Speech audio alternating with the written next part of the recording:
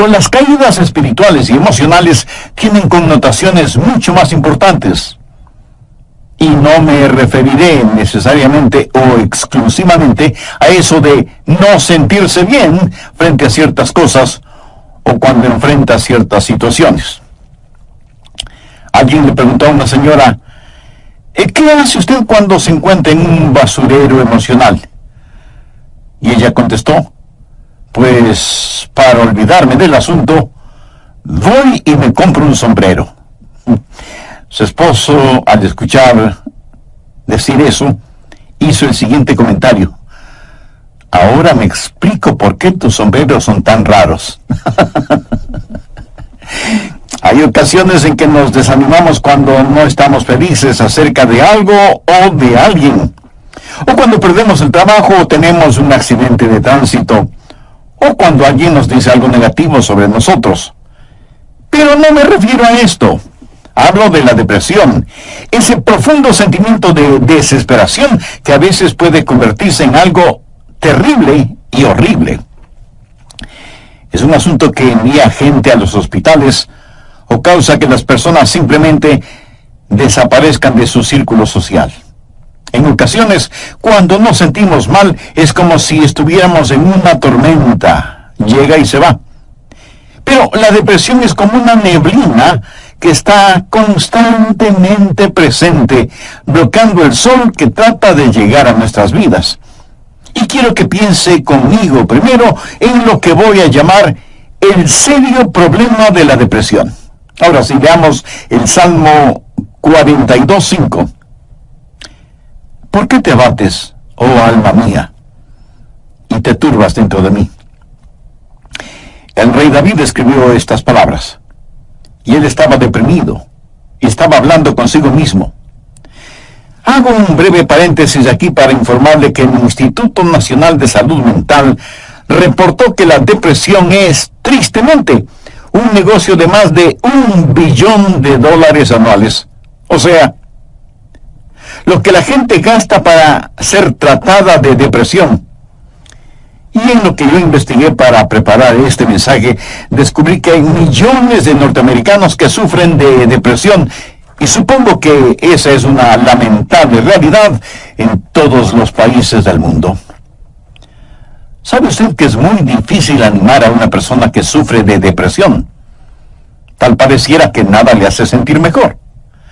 Por eso digo que la depresión es un problema serio, y quiero compartir con usted una lista que encontré que describe lo que es la depresión. Esta lista le revelará si usted o un miembro de su familia o algún amigo sufre los efectos de la depresión. La depresión es un sentimiento de pasividad y apatía, un continuo estado de tristeza, una actitud de que nada está bien, o peor aún, nada vale la pena. Es un constante estado de desesperanza, un sentimiento de que a nadie le importo, o nadie me entiende, nadie me acepta. Es vivir en un constante estado de preocupación y de ansiedad. Eso es depresión. ¿Quiere saber si usted está deprimido? Aquí está la lista para que se haga una honesta evaluación. ¿Ha perdido toda iniciativa? Tal vez súbita o lentamente usted siente que quiere tirar la toalla. Siente repentinos deseos de llorar sin causa aparente. Se despierta de pronto por la noche y ya no puede volver a dormir. Se despierta por la mañana sintiéndose fatigado. Siente dolores no bien definidos en todo su cuerpo. Se encuentra a veces pensando en su propia muerte o con pensamientos suicidas. ¿Alguna vez suspira incesantemente o como si algo pesado le oprimiera el pecho?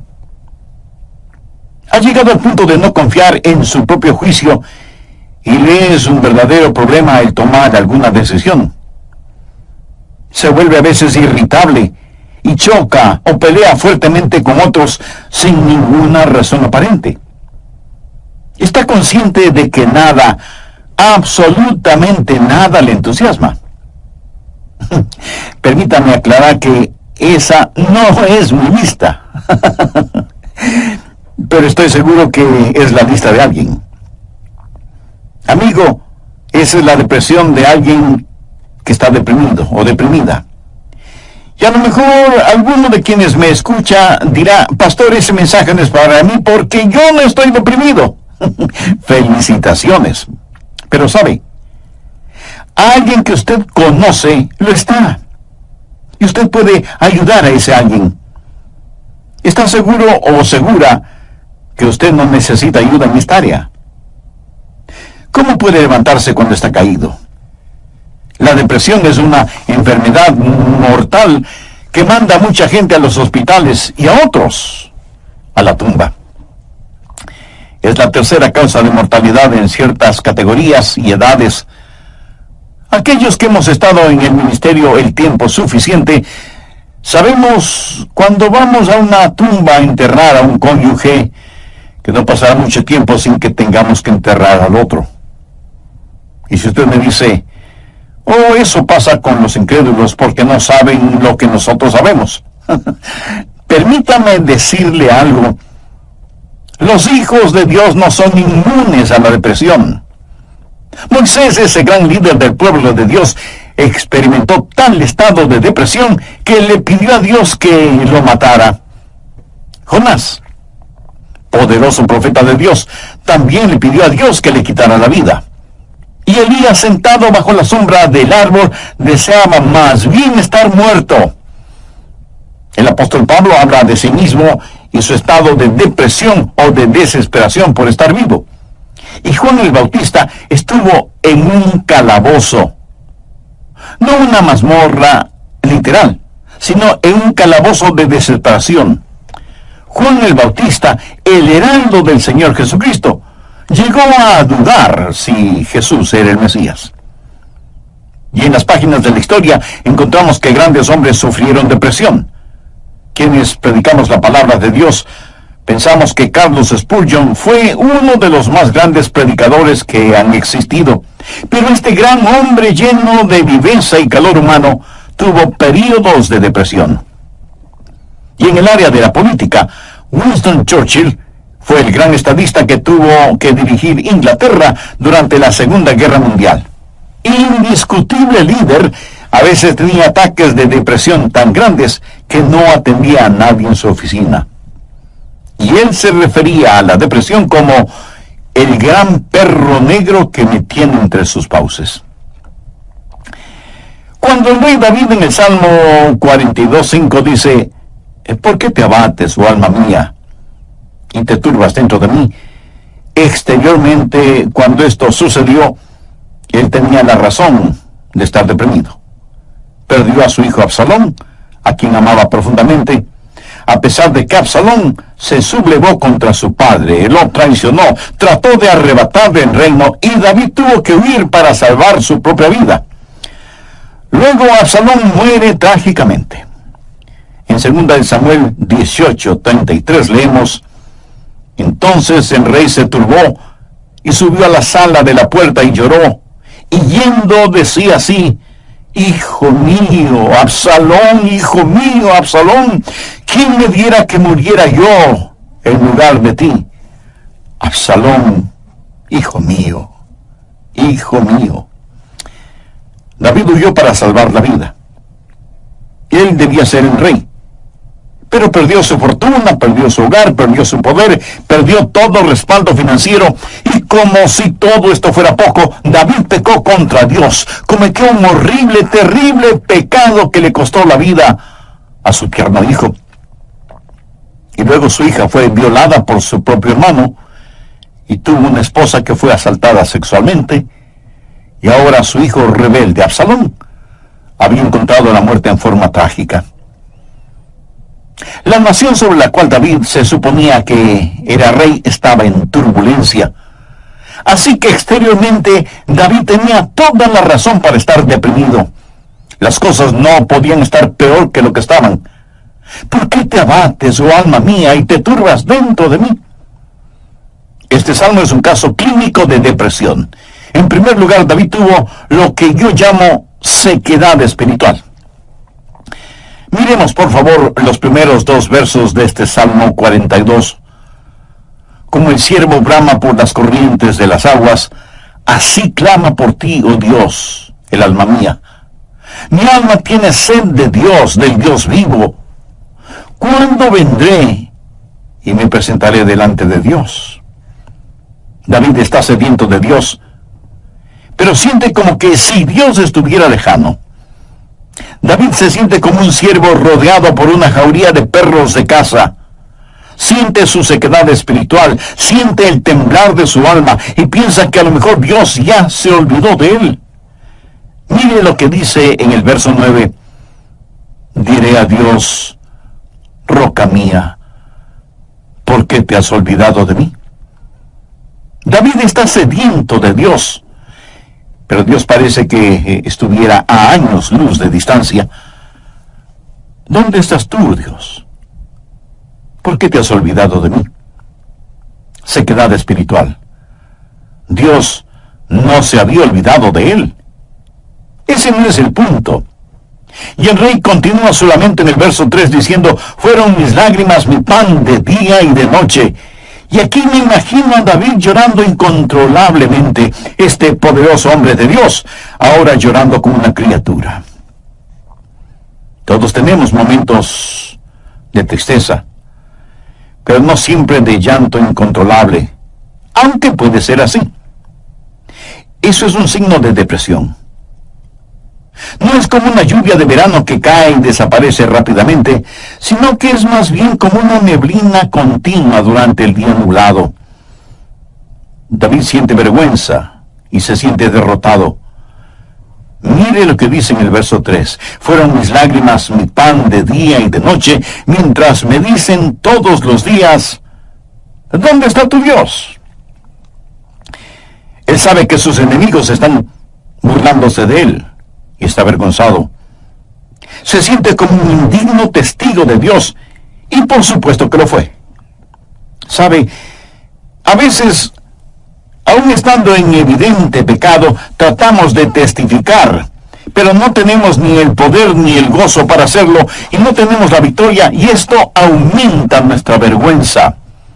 El sentido de culpa de David le hizo pensar que era una desgracia delante de Dios. Y todo era peor por las recurrencias de sus memorias. Mire lo que dice en el verso 4. Me acuerdo de estas cosas y derramo mi alma dentro de mí. De cómo yo fui con la multitud y la conduje hasta la casa de Dios, entre voces de alegría y de alabanza del pueblo en fiesta. David recordaba mejores días. Miró retrospectivamente aquellos días cuando tuvo gozo y paz junto con la multitud, alabando a Dios en la casa de Dios. Y ahora todo eso no era más que un recuerdo.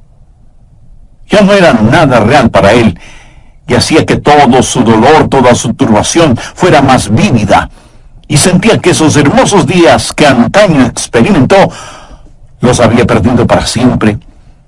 Y como si eso no fuera suficiente, él estaba abrumado por las circunstancias. Miremos lo que David dice en los versos 6 y 7. Dios mío, mi alma está abatida en mí. Me acordaré, por tanto, de ti desde la tierra del Jordán, y de los hermonitas desde el monte de Mizar. Un abismo llama a otro a la voz de tus cascadas. Todas las ondas y tus olas han pasado sobre mí.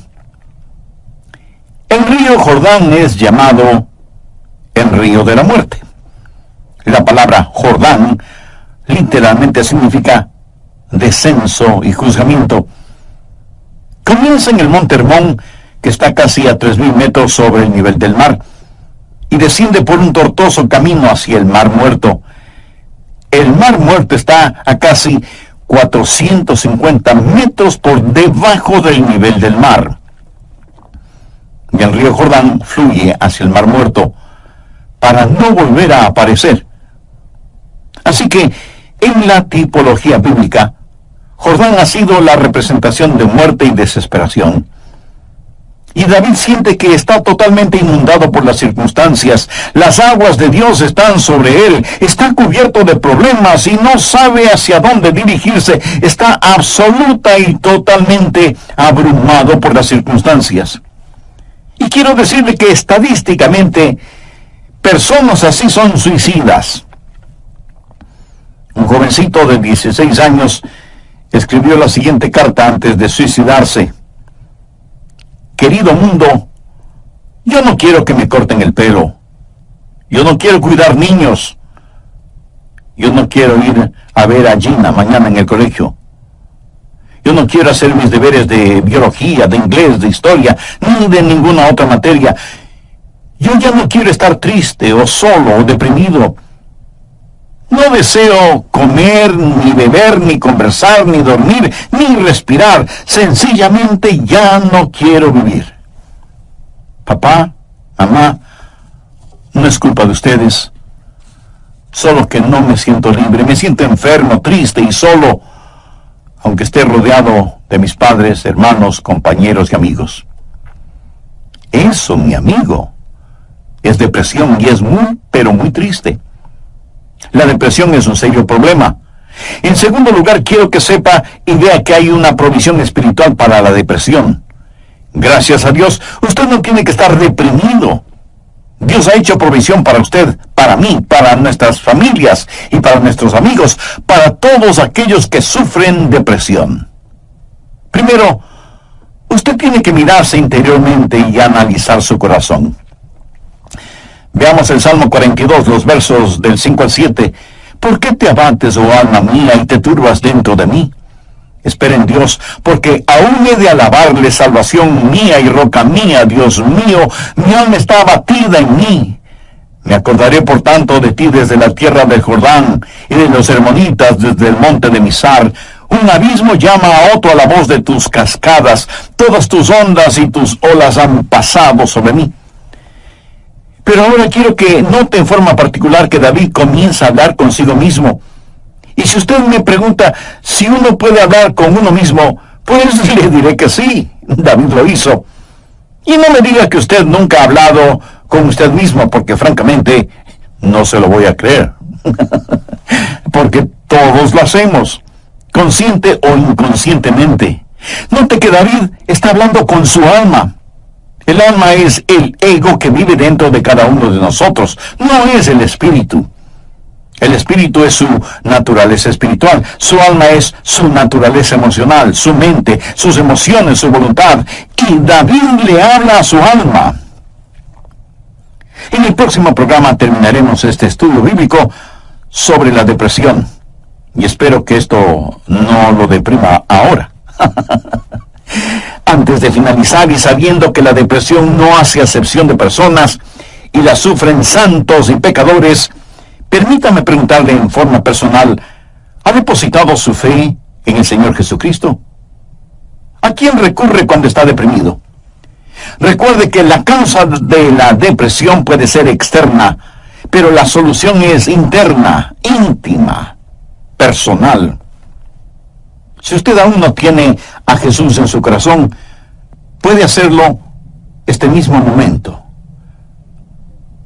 Ore con sus propias palabras de la siguiente manera. Señor Jesús, sé que eres el Hijo de Dios, que fuiste a la cruz para pagar la culpa de mis pecados, y que Dios te resucitó de entre los muertos. Este mismo momento te acepto en mi corazón como mi Salvador y mi Señor, y te ruego que tomes el control total de mi vida. Gracias por perdonarme. Gracias por darme nueva vida. Y ayúdame a vivir de tal manera para que pueda traer honra y gloria a tu nombre.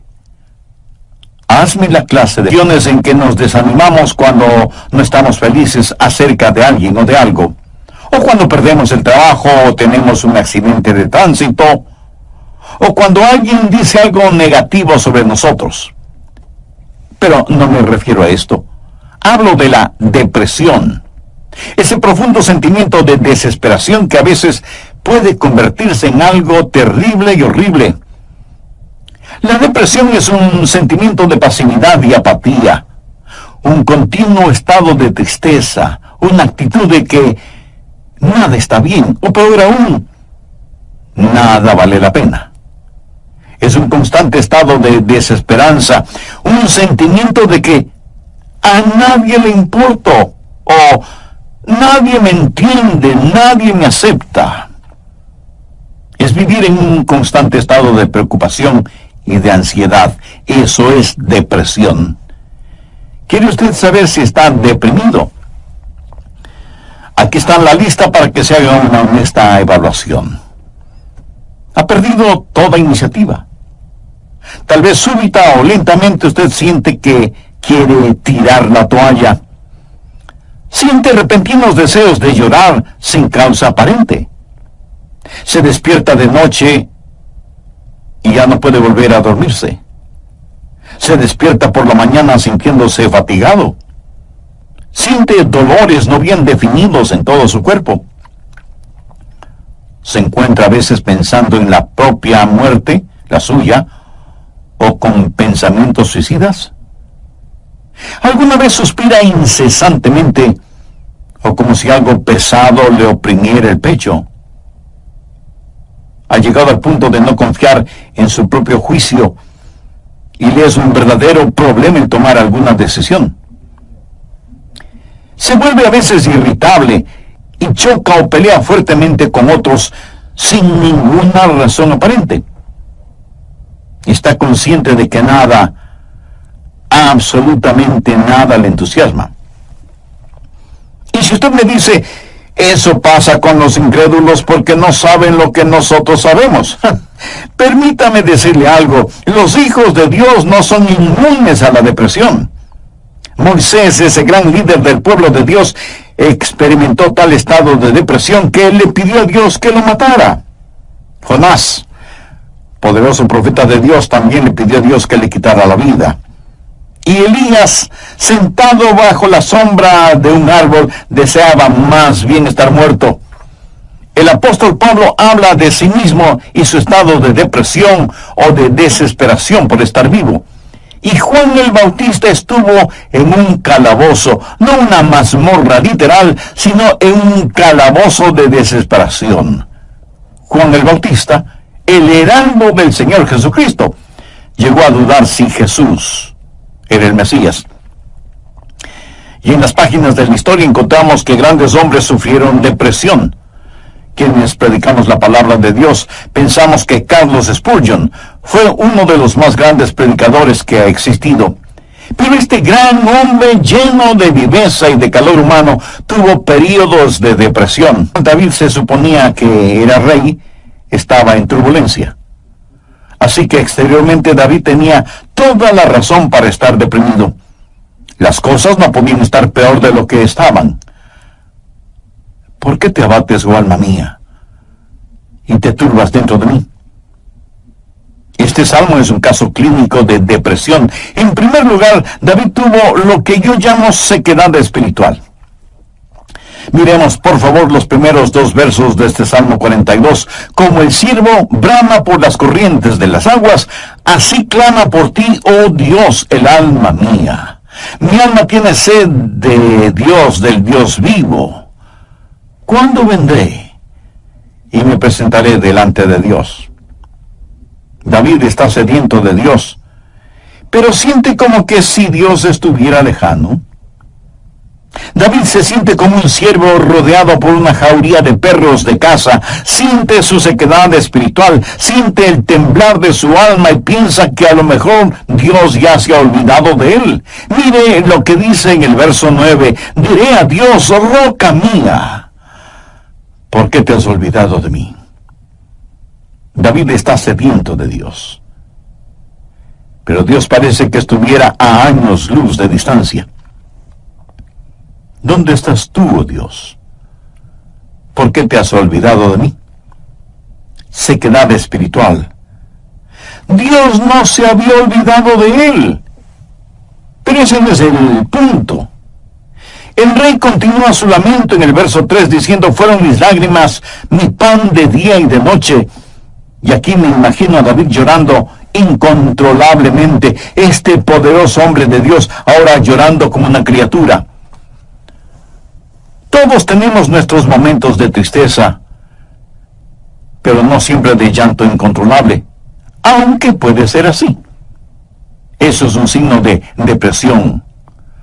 No es como una lluvia de verano que cae y desaparece rápidamente, sino que es más bien como una neblina continua durante un día nublado. David siente vergüenza y se siente derrotado. Mire lo que dice en el verso 3. Fueron mis lágrimas mi pan de día y de noche, mientras me dicen todos los días, ¿dónde está tu Dios? ¿Sabía que dentro de usted hay alguien que constantemente le está hablando? Es la vieja naturaleza, su alma no redimida ni santificada. Y su alma le habla y le dice, tienes razón de sentir pena por ti mismo. Nunca lo lograrás. No tienes lo que se requiere. Este es el final. La vida no vale la pena vivirla. Y David responde a su alma y le dice, ¿por qué te abates, oh alma mía? Y este es el momento en que usted toma control, sostiene firmemente a su alma frente a usted, le mira directamente a los ojos y le habla. Eso es lo que David hizo cuando le dijo, alma, ¿por qué te sientes así? Usted tiene que mirarse íntimamente, interiormente y analizar su corazón. ¿Por qué está deprimido? Yo no estoy diciendo que no tiene razón para estar deprimido. Tal vez alguna persona amada ha fallecido, su cónyuge, un hijo o una hija, un entrañable amigo. Si eso es verdad, entréguele su dolor a Dios, comparta su pena con quienes le aman y tenga en cuenta que a pesar de cómo se sienta, la vida no ha terminado para usted. Tal vez tiene el corazón destrozado. Alguien a quien amaba profundamente le ha engañado. Tal vez un esposo ha abandonado a su esposa por otra mujer, o a lo mejor una esposa ha dejado a su esposo por otro hombre. Tal vez esté enfrentando el dolor de un noviazgo roto súbita y amargamente. O pudiera ser que los padres no hacen sentir bienvenidos a sus hijos que se fueron del hogar como las ovejas negras de la familia. Si usted está viviendo estas u otras amargas experiencias, escúcheme. Rehúse el estar rumiando estas cosas una y otra vez. Eso no es bueno. Analice las cosas. Si alguien le ha destrozado el corazón, vea qué es lo que ha aprendido de esa experiencia y comience a buscar y tener nuevas amistades. Tal vez usted ha pecado y está siendo perseguido constantemente por el fantasma de su culpa. ¿Qué debe hacer? Confiese su pecado a Dios. Y si tiene que pedir perdón a alguien, hágalo. Si tiene que restituir algo a alguien, hágalo sin demora de tiempo. Mientras más se demore en hacerlo, más difícil le será el realizarlo. Haga lo que tiene que hacer ya. Y cierre la puerta de ese pasado. Analice, mire su propio corazón y pregúntese, ¿por qué estoy abatido? Pero necesita hacer algo más. No solo un análisis íntimo de su corazón, sino que mirando hacia arriba, reconozca que necesita ayuda una vez que ha identificado el problema. Noten los versos del 7 al 9 lo que David dijo. Un abismo llama a otro a la voz de tus cascadas. Todas tus ondas y tus olas han pasado sobre mí. Pero de día mandará Jehová su misericordia, y de noche su cántico estará conmigo, y mi oración al Dios de mi vida. Diré a Dios, roca mía, ¿por qué te has olvidado de mí? ¿Por qué andaré yo enlutado por la opresión del enemigo? ¿Qué es lo que David está haciendo ahora? Pues mirar hacia arriba. No solo interiormente para ver por qué me siento así, sino mirar hacia Dios y decir, Dios, tú eres mi ayuda y mi esperanza. Tú me cubrirás con tu misericordia. Oh, qué amigo nos es Cristo. Él llevó nuestro dolor. Estoy seguro que alguien me dirá, pastor, lo que yo estoy pasando usted no lo comprende. Mi amigo, ese no es el punto. Cierto, yo no lo comprendo, pero Dios le comprende. Y no solo que le comprende, sino que le ama y quiere cuidar de usted. Él es su ayudador, aun cuando usted no lo entienda. El doctor Warren Wiersbe fue un gran maestro bíblico, y él dijo que la vida no es un problema que debe ser resuelto, sino un misterio que debe ser vivido. Eso nos hace recordar siempre que, como hijos de Dios, no vivimos de explicaciones, sino de promesas. Algunos piensan que de alguna manera Dios les ha olvidado o Dios les ha fallado. No.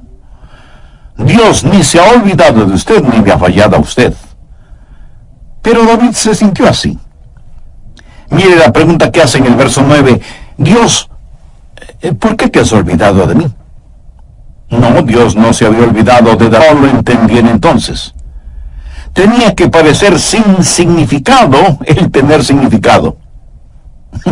Esto no tiene ningún significado para usted. Verá, podemos confiar en Dios para cualquier cosa si entendiéramos el porqué. Pero Dios no nos deja entender el porqué todo el tiempo para que podamos conocer el quién y podamos confiar en Él en aquello que no entendemos. Andrew Murray fue un extraordinario hombre de Dios y dijo lo siguiente: en tiempos de problemas, aquellos que confían en Dios deben primero decir, Él me trajo hasta aquí. Es por su voluntad que me encuentro en esta situación. Y Él me mantendrá aquí en su amor y me dará la gracia en este juicio para comportarme como su hijo. Él hará que este juicio sea una bendición, enseñándome las lecciones que Él quiere que aprenda y trabajando bajo su gracia ya concedida. Finalmente, en su tiempo, Él le librará nuevamente. ¿Cómo y cuándo? Bueno, solo Él lo sabe. Así que cuando usted está en dificultades, diga, estoy aquí primero por la voluntad de Dios, segundo bajo su cuidado, tercero bajo su entrenamiento y cuarto en su tiempo. Alguien dijo, Dios es demasiado bueno para no ser bondadoso, demasiado sabio como para cometer errores. Y cuando no podamos ver su mano, podemos confiar en su corazón. Mírese interiormente y analice su corazón. Salmo 42:11. ¿Por qué te abates, oh alma mía? ¿Y por qué te turbas dentro de mí? Espera en Dios, porque aún he de alabarle. Y Dios quiere que le diga a alguien que me esté escuchando este momento, sin que importe cuán difíciles sean las circunstancias, que Dios está con usted. No pierda la esperanza. Dios tiene un futuro lleno de esperanza para usted. David le habló a su alma y le dijo, espera en Dios. Ahora, esperar no significa un deseo vano, significa una seguridad definitiva basada en la anticipación. Hay solo dos lugares en donde toda esperanza es imposible. El uno es el cielo, porque ya no necesitamos ninguna esperanza, todo será realizado. El otro lugar es el infierno. Si usted muere sin ser salvo, se irá al infierno y quedará fuera de toda esperanza. Pero la esperanza siempre es posible. Mi amigo, lo que encontramos en Jeremías 29:11 es para usted ahora mismo. Escuche lo que dice ese versículo. Porque yo sé los pensamientos que tengo acerca de vosotros, dice Jehová, pensamientos de paz y no de mal, para daros el fin que esperáis. O sea, un futuro y una esperanza. No permita que Satanás apague la vela de la esperanza. Usted necesita mirarse interiormente y analizar su corazón. Necesita mirar hacia Dios y saber que habrá ayuda. Necesita mirar al frente y darse cuenta que hay esperanza. Dios transformará su calvario en una Pascua y convertirá cada una de sus lágrimas en perlas. Dios pondrá un hermoso arco iris de su gracia sobre sus pesares. Espera en Dios. Él va a llenar las más profundas necesidades de su corazón.